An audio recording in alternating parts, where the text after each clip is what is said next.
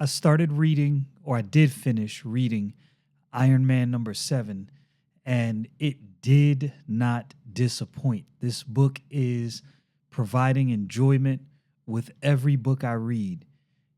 It's just doing its job, and I've said this before. So I wanted to go to do what I typically do and haven't done in a while. I go to comicbookroundup.com.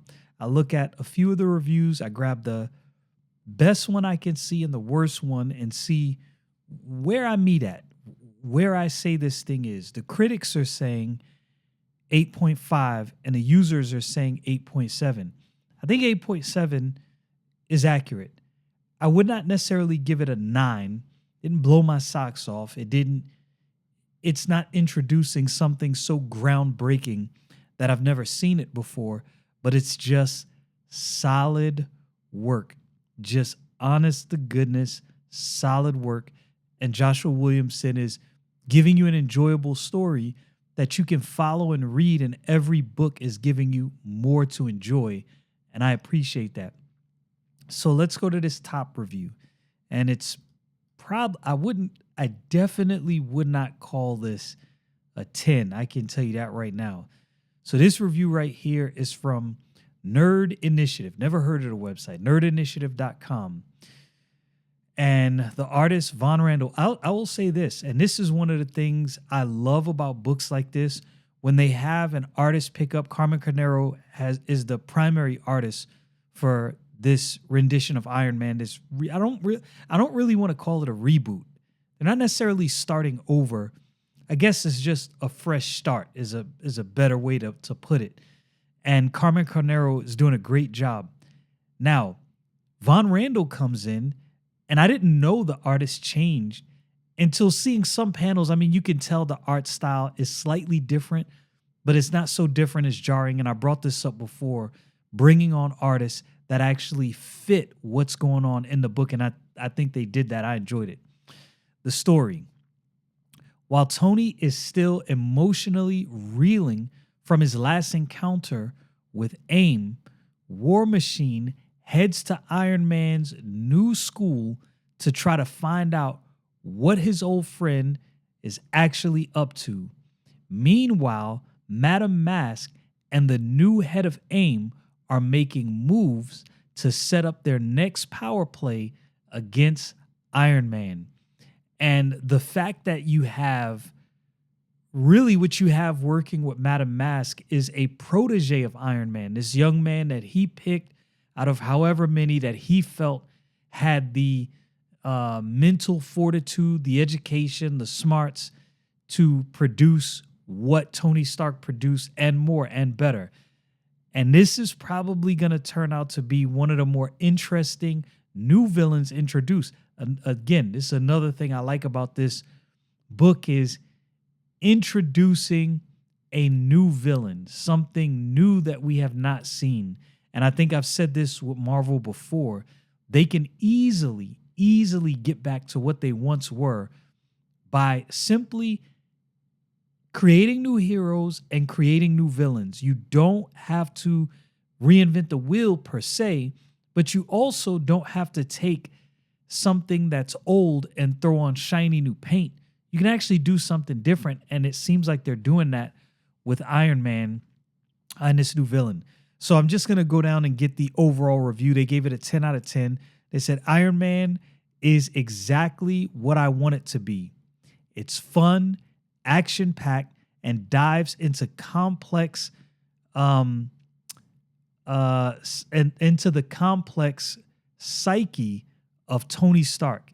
Each issue in this series has been an absolute blast, and the tension keeps a slow build-up pace that makes me want to read the next issue as soon as I finish the last. If you aren't reading this run of Iron Man, it's time you start. I don't give it a 10 out of 10, this issue, but I do agree with that assessment.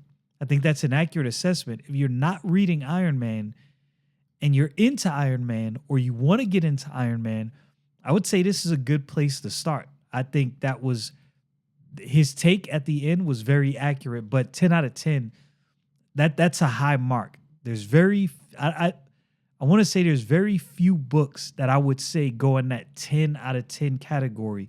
And even though this is super solid, definitely not 10 out of 10. Art was good, story was definitely good. Like I said, definitely not a 10 out of 10. So this one, I think this site gave it a 7.5, and this is from comicbookrevolution.com. And this one says Iron Man number 7 is a reminder of how important War Machine James Rhodes is to the franchise. There is no one that can talk to Tony Stark in a personal tone in the way Rhodey does. Their friendship is just different from Tony's other relationships. This is true. There's honesty to their interactions, as Rhodey does not hold back in questioning Tony's recent decisions. He does so in a way that focuses on him being Tony's friend while continuing the progress, the concern the Avengers and others have about Iron Man's recent actions. That, along with the progression made for AIM, next move under their new leadership continues solidify the foundation of this series direction. And again, 7.5 out of 10. I think even though I think that's fair, I would say this book deserves at least 8.5 at a bare minimum. I would say that, what did I say that other score was? So the critics gave it 8.5, user rating overall 8.7. I think 8.7 is closer to what it is. It's close to being a 9, but this is what I will say. This is what keeps it from being a 9 and going into that category. You really haven't been introduced to anything. I'm not saying your mind has to be blown, but it's not something so new that you're like, oh, okay, this is completely different. But it is good. And I wish more writers would get back to just decent books. I think some writers are swinging for the fences. They're hoping to get a mind-blowing story that knocks you off your feet, and they fall flat a lot of times. And then you walk away from the book like, it was okay, it wasn't bad, but I'm not coming back for more. I think Joshua Williamson said, people want to have fun reading Iron Man. I'm going to give them that.